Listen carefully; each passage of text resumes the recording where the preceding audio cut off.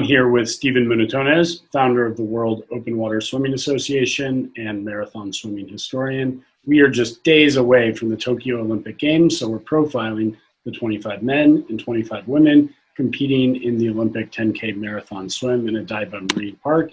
Today, we're talking about Souad Cherouati. Stephen, what can you tell us about Souad?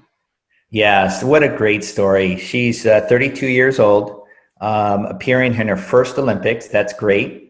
In the marathon swim.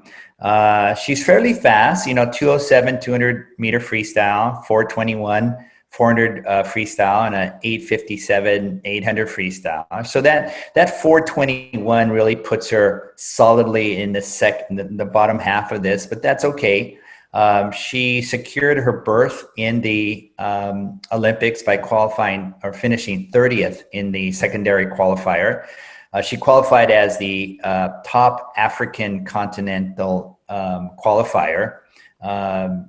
Good, excellent. She beat swimmers from other countries like Egypt, a traditional powerhouse.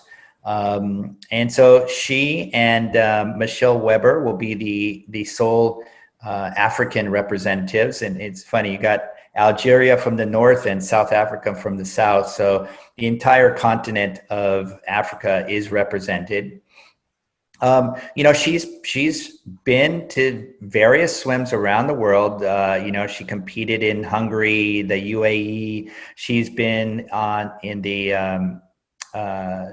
the Marathon Swimming World Cup, the FINA World Cup, several locations, Qatar, Hungary. And so she understands where she is in the world of very, very elite open water swimming. She swum against all these women before, so nothing's a surprise to her. She is seated last, and anything she can do to not finish last would be a victory in my mind. All right, nowhere to go but up. That's great. So how does someone like that approach this event? What's her strategy going into this race in Tokyo? Yeah, so I'd like all the let's say the bottom seeded 5, they just need to hang on. So like Chantel of Singapore, when she needs to be ready to race. So she gets up on the starting pontoon, she's all stretched out. She's ready to go, and she just goes for it. I mean, she's got to look at this not as a 10K, but rather a series of very hard 400 meter freestyles. I mean, she's got to be thinking, I got to do a 430 many, many times over and keep at that pace. It's going to be painful. It's going to hurt, but she needs to hang on. And when she hangs on, she'll be at the back half of the trailing pack. And that's really the easiest thing to do. Quinn, you and I know if we're in a pool and there's 10 people in a lane and everybody is taking off 1 or 2 seconds behind each other and you're the 10th person, you are really cruising.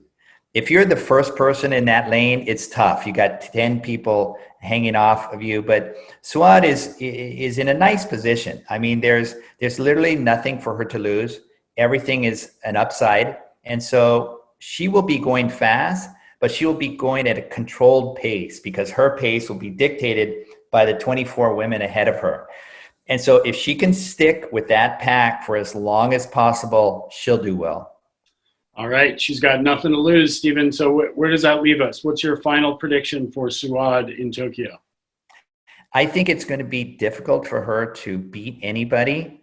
But she's 32. This is her swan song. She will perform the best that she will possibly do. This is a culmination of her career, and I see she's going to perform well. She may not beat anybody, but if she can be in a battle for 22nd, 23rd, 24th, that would be great to see. All right. Can't wait to watch. Best of luck to Souad August 4th. Thanks so much, Stephen. You're welcome.